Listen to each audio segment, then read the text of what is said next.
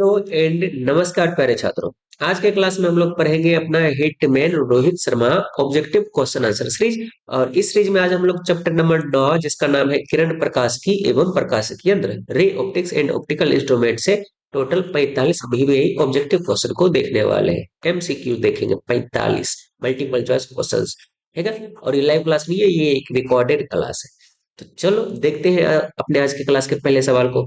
पहला सवाल है अपना, यदि एक अवतल दर्पण की वक्रता त्रिज्या r है तो फोकस दूरी क्या होगा।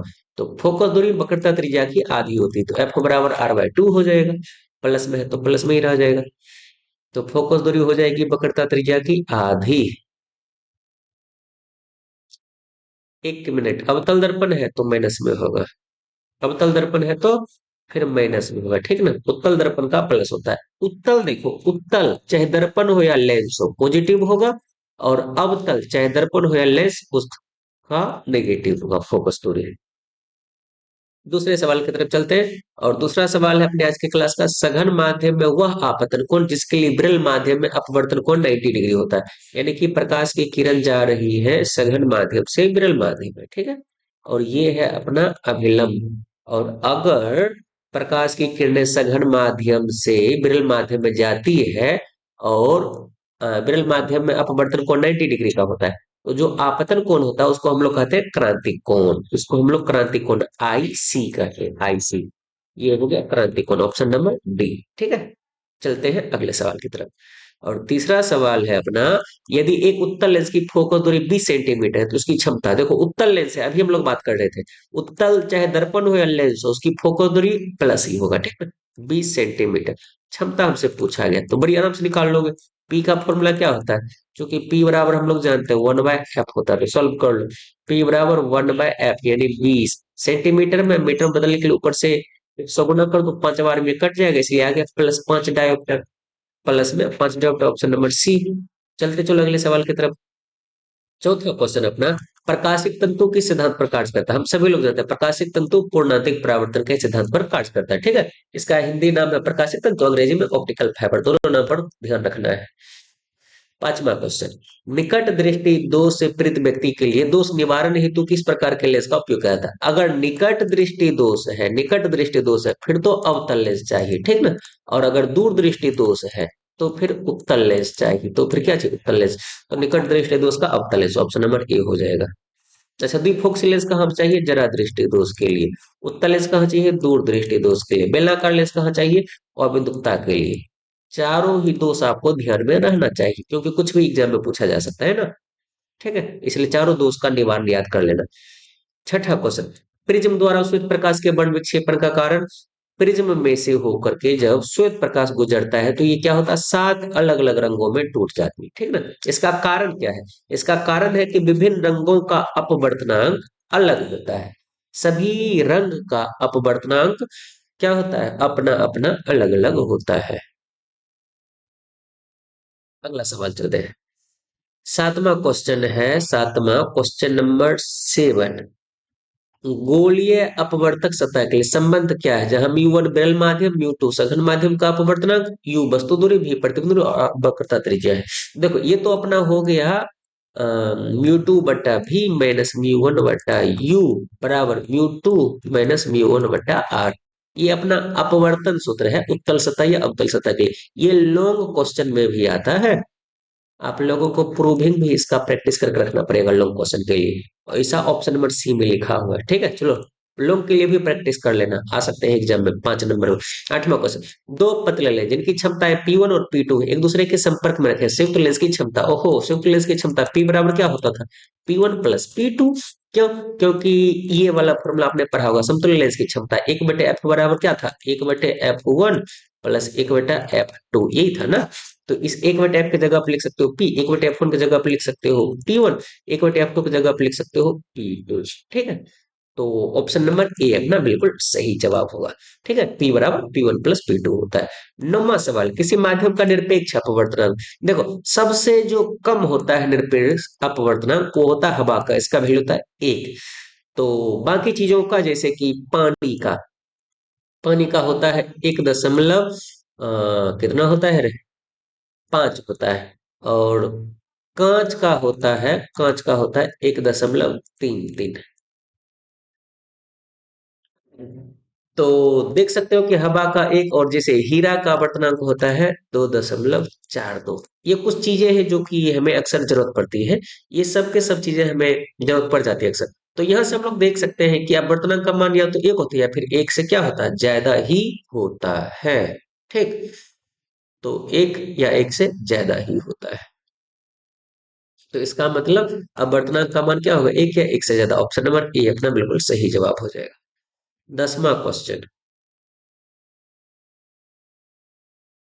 1 मिनट, यहाँ पर लग रहा है कि कोई उल्टा हो गया। कांच का 1.5 होता है, इसका 1.33 होता है। खैर ये सभी मान अच्छे से याद रखना जरूरत नहीं है, क्वेश्चन में भी दे दिया जाता है।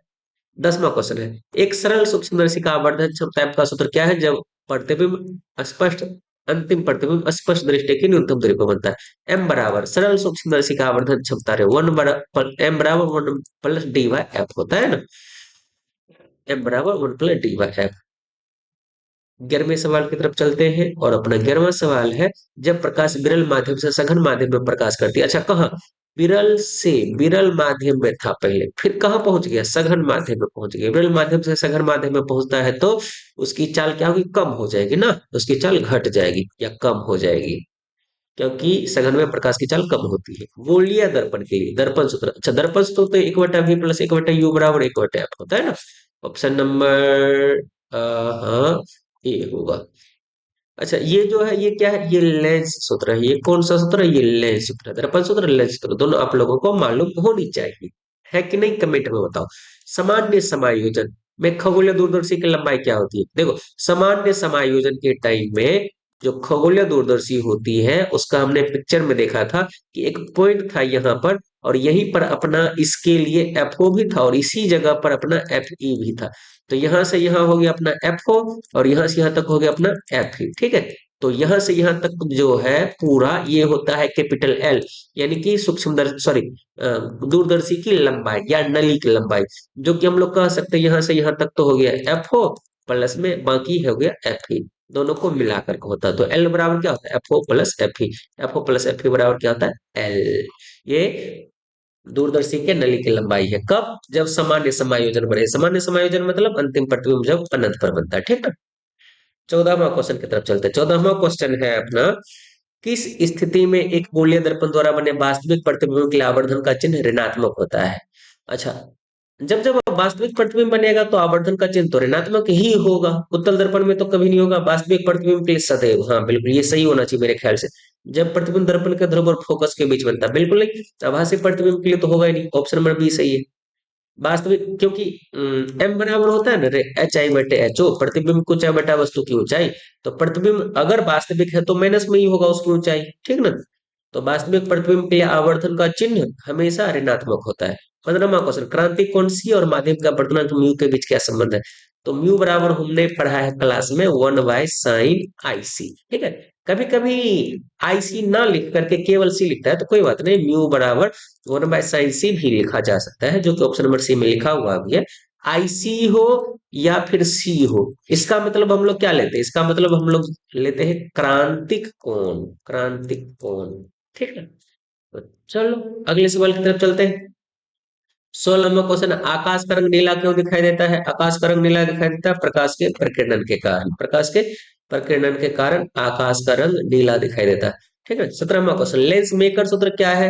लेंस मेकर सूत्र है 1/f बराबर mu minus 1 × 1/r1 minus 1/r2। ठीक ना। 1/f बराबर mu minus 1 × 1/r1 minus 1/r2। ठीक है बात। चलो अगले सवाल पर। अच्छा, लेंस मेकर सूत्र भी लॉन्ग क्वेश्चन में आता है, उसको भी तैयार कर लेना। वीवीआई है, मोस्ट वीवीआई। 18वां क्वेश्चन, एक गोलीय दर्पण द्वारा उत्पन्न आवर्धन का सूत्र। दर्पण है तब एम बराबर माइनस भी बटा यू होगा। ठीक ना। ये हो गया किसके लिए, दर्पण के लिए। अगर लेंस है तब केवल प्लस भी बटा यू होगा। ये किसके लिए हो गया, लेंस के लिए हो गया। ठीक ना। अभी फिलहाल हमसे दर्पण के बारे में पूछा गया तो माइनस भी बटा यू वाला टिक लगा दो। लेंस आएगा तो ध्यान देना प्लस में ही लिखना है। ठीक ना। 19वां क्वेश्चन, यदि किसी लेंस को ऐसे द्रव में डुबाया जाए जिसका अपवर्तनांक लेंस के पदार्थ के अपवर्तनांक के बराबर हो तो लेंस किस प्रकार व्यवहार करेगा। अगर ऐसी बात है तो फिर लेंस की फोकस दूरी हो जाएगी अनंत और क्षमता हो जाएगी 0, और लेंस जो है वो काम करेगा कांच की समतल प्लेट की तरह, ठीक ना। अगर किसी लेंस को उसके अपवर्तनांक के बराबर वाले पदार्थ में डुबा दिया जाए तो फोकस दूरी अनंत, क्षमता 0, ठीक ना। ये क्वेश्चन बार बार आता है, ध्यान रखनी चाहिए। 20वां क्वेश्चन चलते हैं। 20वां क्वेश्चन है अपना, एक स्वस्थ मानव नेत्र के लिए दूर बिंदु। अच्छा, अगर आपका आंख पूरी तरह से ठीक ठाक है, स्वस्थ है, तो आप अनंत दूरी तक देख सकते हो, यानी कि आपका जो दूर बिंदु होगा वो क्या होगा, अनंत। और 25 सेंटीमीटर आपका क्या होगा जानते हो, निकट बिंदु होगा। यानी आपकी ये दृष्टि विस्तार है 25 सेंटीमीटर से अनंत तक, ठीक ना। सही जवाब ऑप्शन नंबर सी होगा 20वां सवाल का। और 21वें सवाल की तरफ चलते हैं। 21वां सवाल है, पतले प्रिज्म के लिए विचलन कोण का लगभग मान क्या होता है। तो डेल्टा बराबर फॉर्मूला आता है म्यू माइनस 1 इंटू ए। ये हो गया विचलन कोण का फॉर्मूला, डेल्टा बराबर म्यू माइनस 1 इंटू ए। ठीक है, चलो चलते हैं अगले सवाल की तरफ। और अगला सवाल है क्वेश्चन नंबर 22, एक उत्तल दर्पण द्वारा बना प्रतिबिंब सदैव कैसा होता है। ध्यान से सुनना, अगर उत्तल दर्पण है, उत्तल दर्पण है अगर, तो उसके द्वारा जो प्रतिबिंब बनता है ना, हमेशा काल्पनिक सीधा और छोटा होता है। आभासी सीधा और छोटा, याद नहीं जानते हो क्या, गाड़ियों के साइड मिरर में, अरे गाड़ियों के साइड मिरर में प्रतिबिंब कैसा होता है, देखा है कभी। गाड़ियों के साइड मिरर में प्रतिबिंब हमेशा काल्पनिक सीधा और छोटा ही बनता है। जैसे गाड़ी के पीछे कोई बड़ी गाड़ी है, ठीक है, गाड़ी तो बड़ी है पीछे वाली, फिर भी उसका जो प्रतिबिंब है वो दर्पण में छोटा ही दिखाई देता है और सीधा ही दिखाई देता है, ऐसा नहीं कि उलट जाता है गाड़ी, ठीक ना। तो आभासी सीधा और छोटा। 23वां क्वेश्चन, जब प्रकाश की किरण एक कांच की स्लैब से गुजरती है तो निर्गत किरण आपतित किरण के सापेक्ष क्या होता है। इस प्रकार से, चलो पिक्चर ही मैं बना देता हूँ। ये अगर अपना आपतित किरण है तो ये हो जाता है अपवर्तित किरण और ये होता है निर्गत किरण, जो कि ओहो ये गलत हो गया डायग्राम, मैं सही से खींचता हूँ इसको। हाँ, ठीक है, जो कि वास्तव में आपतित किरण के समांतर ही होता है, और इनके बीच की जो विस्थापन होता है उसको पार्श्विक विस्थापन कहते हैं। तो कह सकते हैं समांतर होती है और पार्श्विक विस्थापन दर्शाती है। ये क्लास 10th में पढ़ा था हमने, 12th में तो नहीं आया था इस बात की चर्चा। फिर भी एग्जाम में क्वेश्चन अगर आ जाए तो आपको बनाना पड़ेगा। 24 नंबर, दूरदृष्टि दोष को दूर करने के लिए किस लेंस का उपयोग किया था। हमने अभी थोड़ी देर पहले बात किया था, उत्तल लेंस। दूरदृष्टि दोष को दूर करने के लिए उत्तल लेंस, निकट को अवतल लेंस, ठीक ना। जरा दृष्टि दोष को द्विफोक्सी। 25 नंबर, फोकस दूरी f1 और f2 के दो पतले लेंसों को संपर्क में करने पर संयुक्त लेंस की फोकस दूरी क्या होगा। संयुक्त लेंस की फोकस दूरी का फॉर्मूला हमने पढ़ा हुआ है, 1/f1 प्लस 1/f2, ठीक है। इसी को अपना लोग शक्ति के रूप में P बराबर P1 प्लस P2 भी लिखते हैं। तो ओहो, 1 मिनट, कोई बात नहीं, इसमें एलसीएम ले लिया गया तो अपना लोग भी ले लेंगे।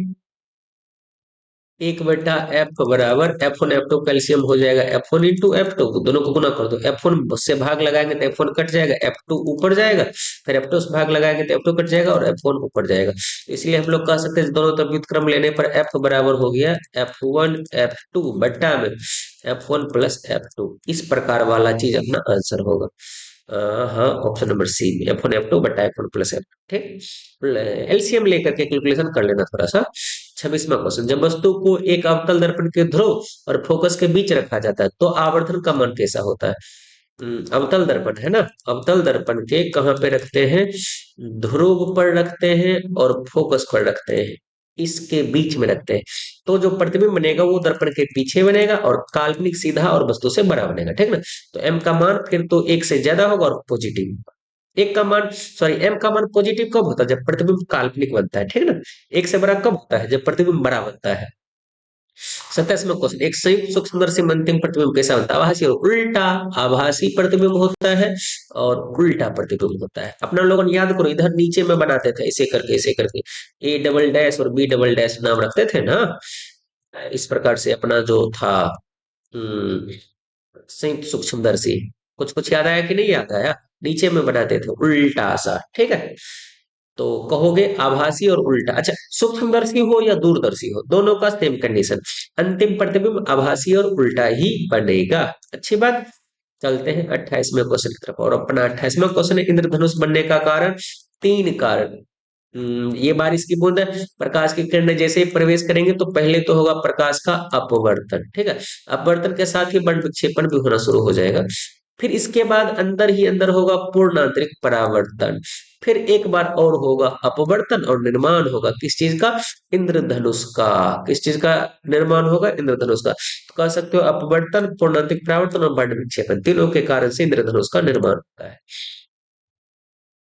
29वां क्वेश्चन है, यदि निर्वात में प्रकाश की चाल सी और किसी माध्यम में भी हो तो उस माध्यम का अपवर्तनांक क्या होगा? तो म्यू बराबर सी बट्टा भी। ऑप्शन नंबर बी, म्यू बराबर सी बाई भी होता है। 30वें क्वेश्चन की तरफ चलते हैं। क्वेश्चन नंबर 30, प्रिज्म के लिए न्यूनतम विचलन कोण की स्थिति में अपवर्तित किरण प्रिज्म के आधार के क्या होगा? समांतर हो जाएगा। जब विचलन ही नहीं होगा या फिर न्यूनतम विचलन होगा तो फिर ये हो गया आपतित किरण, ये हो गया अपवर्तित किरण, ये हो गया निर्गत किरण। सब के सब प्रिज्म के आधार के क्या रह जाएगा? समांतर ही रह जाएगा ना, समांतर रह जाएगा। 21वें क्वेश्चन की तरफ चलते हैं। लेंस द्वारा उत्पन्न रैखिक आवर्धन, हाँ आया ना, लेंस के द्वारा आवर्धन, लेंस वाले आवर्धन में प्लस में ही रह जाएगा वैल्यू, एम बराबर प्लस में ही बताइए। लेकिन अगर दर्पण रहेगा तब ये वाला जो है माइनस वाला, ये दर्पण के लिए लागू होता है। कितना लोग जल्दीबाजी में माइनस वाला ही टिक लगा देता है लेंस में भी, वो गलत बात है। 32वां क्वेश्चन, किसी दूरदर्शी के अभिदृश्यक लेंस का व्यास बड़ा क्यों रखा जाता है? अच्छा, दूरबीन है तो इसका व्यास बड़ा रखते हैं क्योंकि ये ज्यादा से ज्यादा प्रकाश को एकत्रित कर पाए ना, प्रकाश एकत्रण क्षमता और विभेदन क्षमता दोनों को बढ़ाने के लिए, ताकि ज्यादा मात्रा में प्रकाश आ पाए। 33 नंबर का क्वेश्चन, अपवर्ती दूरदर्शी में अभिदृश्यक और नेत्रिका लेंस की प्रकृति क्या होती है? अच्छा, दूरदर्शी, दूरबीन या दूरदर्शी, अपना लोग ऐसे डायग्राम बनाते थे ना, दोनों के दोनों लेंस उत्तल, अभिदृश्यक उत्तल, दोनों उत्तल कहाँ? यहाँ ऑप्शन नंबर डी में दोनों उत्तल लेंस। अच्छा, सूक्ष्मदर्शी कैसे बनाते थे? सूक्ष्मदर्शी में अभिदृश्यक छोटा जबकि नेत्रिका बड़ा हुआ करता था, इसमें उल्टा ना। मैं लिख देता हूं नाम, नहीं तो तुम लोग कंफ्यूज नहीं हो जाना। दूरदर्शी है ऊपर वाला और नीचे वाला है सूक्ष्मदर्शी, संयुक्त सूक्ष्मदर्शी है। चलो आगे बढ़ाते हैं। 34वां क्वेश्चन, स्नेल का नियम साइन आई बटे साइन आर बराबर क्या होता है? म्यू, स्थिरांक, नियतांक। ऑप्शन नंबर कौन सा होगा? हाँ ए होगा, साइन आई बटे साइन आर बराबर अचर म्यू, जिसको अपवर्तनांक कहते हैं। ठीक है। 35वां क्वेश्चन, एक उत्तल लेंस द्वारा वास्तविक प्रतिबिंब प्राप्त करने के लिए वस्तु को कहाँ रखा जाना चाहिए? उत्तल लेंस है, उत्तल लेंस में 6 केस होते हैं, ये अगर फोकस है और ये वक्रता केंद्र है तो केवल ये वाला जो केस है ना, ये वाला केस इसमें काल्पनिक बनता है, बाकी सब में वास्तविक ही बनता है। फोकस पर रखो तो, फोकस और वक्रता केंद्र के बीच रखो तो वास्तविक, वक्रता केंद्र पर रखो तो वास्तविक, वक्रता केंद्र के बाहर रखो तो वास्तविक। सीधी सी बात, फोकस से बाहर, फोकस से बाहर अगर आप रखोगे तो जो प्रतिबिंब बनेगा वो कैसा होगा? वास्तविक होगा ना। तो फोकस और ऑप्टिकल केंद्र के बीच बिल्कुल नहीं, फोकस पर तो अनंत पे चला जाएगा, ऑप्टिकल केंद्र पर भी नहीं। हाँ, फोकस दूरी से परे, ये वाला सही होगा, फोकस दूरी के बाहर, फोकस दूरी से परे। ठीक है। 36वां क्वेश्चन है, परावर्ती दूरदर्शी में अभिदृश्यक के रूप में किसका उपयोग होता है? परावर्तक दूरदर्शी में अभिदृश्यक के रूप में, सॉरी अवतल लेंस नहीं, अवतल दर्पण, समतल, अच्छा हाँ यहाँ है, परवलयिक अवतल दर्पण का उपयोग किया था। किसका उपयोग किया था? अवतल दर्पण का, अवतल लेंस नहीं। परावर्तक है तो फिर दर्पण ही उपयोग होगा ना, ठीक ना। अपवर्तक रहेगा तब ना लेंस। 37वां क्वेश्चन, क्वेश्चन नंबर 37 है, एक गोलीय दर्पण द्वारा बने वास्तविक प्रतिबिंब के लिए वस्तु दूरी, देखो वस्तु दूरी तो हमेशा यू नेगेटिव ही होगा, यू कह सकते हैं जीरो से छोटा। प्रतिबिंब दूरी, अगर प्रतिबिंब वास्तविक बन रहा है तो भी नेगेटिव होगा, भी जीरो से छोटा।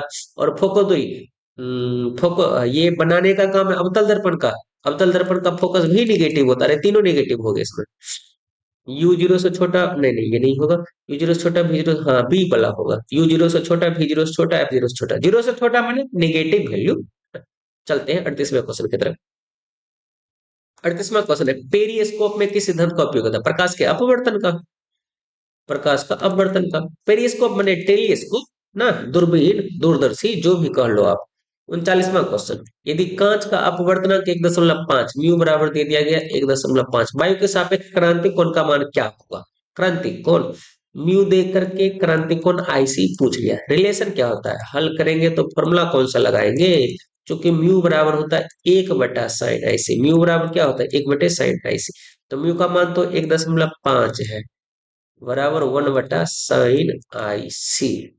आईसी हमें चाहिए ना, अगर दोनों को व्युत्क्रम ले लो तो 1/sin आईसी से ये बन जाएगा साइन आईसी, और ये बन जाएगा 1/1.5, दशमलव उड़ाएंगे ऊपर में जाएगा जीरो, 10/15। और जब इसको सॉल्व करोगे तो ऊपर में हिट्स दिया हुआ है 10/15 को जब काटोगे ना आप, साइन आई सी बराबर, साइन आई सी, मैं हिट्स से अनुमान लगा लेता हूँ, 10/15 को जब काटोगे तो 0.66 आएगा लगभग लगभग। तो इस कंडीशन में आई सी का मान जो है लगभग लगभग 41.8 डिग्री हो जाएगा, यानी ऑप्शन नंबर बी सही हो जाएगा। देख रहा है, ये जो चीजें याद हमें नहीं है, जिन चीजों की हमें जानकारी नहीं है, वो बातें क्वेश्चन में ही लिख दिया जाता है, इन सभी चीजों को याद रखने की जरूरत नहीं पड़ती है। वैसे भी 41 डिग्री का मान किसको मालूम होगा? 40। प्रकाशिक पथ और ज्यामितीय पथ के बीच संबंध, म्यू गुना टी, अपवर्तनांक गुना ज्यामितीय पथ, अपवर्तनांक गुना लंबाई, अपवर्तनांक गुना दूरी, अपवर्तनांक गुना विस्थापन, कुछ भी दिया जा सकता है। 41 वर्ण विक्षेपण रहित विचलन प्राप्त करने के लिए कितने प्रिज्मों का आवश्यक है? तो कम से कम दो, कम से कम दो प्रिज्म चाहिए, तब बिना रंग का विचलन होगा या बिना विचलन का रंग आएगा। 42 नंबर, यदि दो पतले लेंस जिनकी फोकल दूरी f1 और f2 है, एक दूसरे से d दूरी पर रखे, तो संयुक्त लेंस की तुल्य फोकल दूरी f का सूत्र क्या होगा? फिर तो ये वाला फॉर्मूला हो जाएगा। अगर उनके जैसे कि दो लेंस है, दोनों एक दूसरे से d दूरी पर स्थित है, फिर इस कंडीशन में क्या हुआ फॉर्मूला, ये हमसे पूछा है। Option number C. 43 नंबर का क्वेश्चन, एक अवतल दर्पण के मुख्य फोकस पर रखी वस्तु का प्रतिबिंब कहाँ बनेगा? अनंत पर बनेगा ना रे। एक मिनट, मुख्य फोकस पर, हाँ अनंत पर बनेगा, ऑप्शन नंबर बी। 44वां क्वेश्चन, आज के क्लास का सेकेंड लास्ट क्वेश्चन, पतले लेंसों के संयोजन के उपयोग का मुख्य लाभ क्या है? पतले लेंस को जब जोड़ दोगे तो फिर उसमें गोलीय विपथन और बड़ विपथन को कम कर देगा।